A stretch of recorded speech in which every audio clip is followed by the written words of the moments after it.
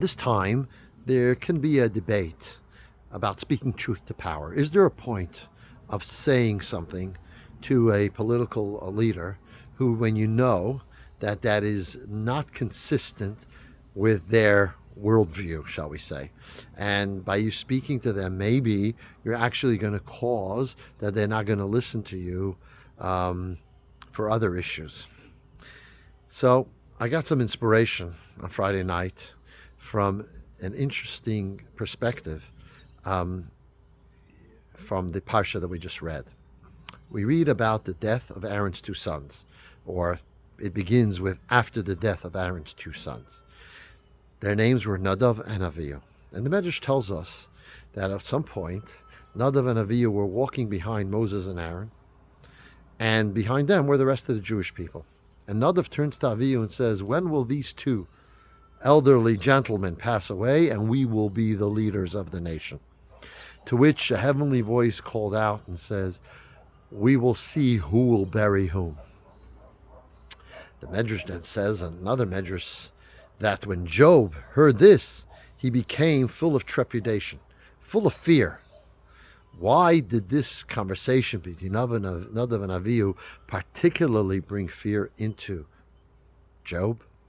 So the Chidah, Reb Chaim Yosef David Alzolai, who is an Italian commentator from the 18th century, he points out the following.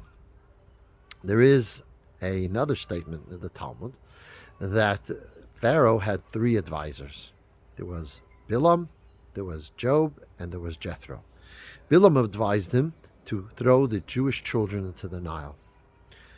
Jethro advised against it, and indeed had to run away because of his opposition to Pharaoh's plan against the Jewish people.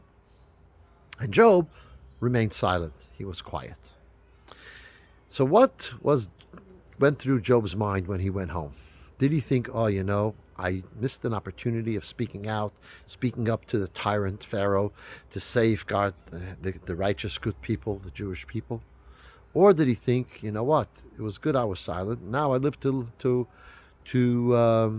another day. Maybe I could have an impact in another time. All for positive reasons, all for good reasons, hoping to have, make a slight difference rather than just speaking up and having to run away like Jethro did. But when he heard the story of Nadav and Avihu, when he heard that what happened to them, and he thought to himself, Nadav, I understand. He said what he said.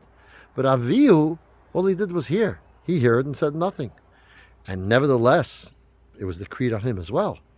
That's when Job got all afraid, because maybe his silence in the face of what happened is actually the wrong method, the wrong way of responding to the situation. Today's day and age, we are seeing such evil. We're seeing widespread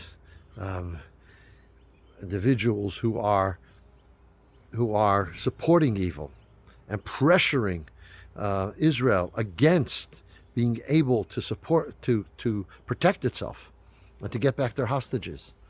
Those evil people, we need to speak out and speak up and say what needs to be said, whether we feel it's within the political perspective of the person who's listening to us or we do not.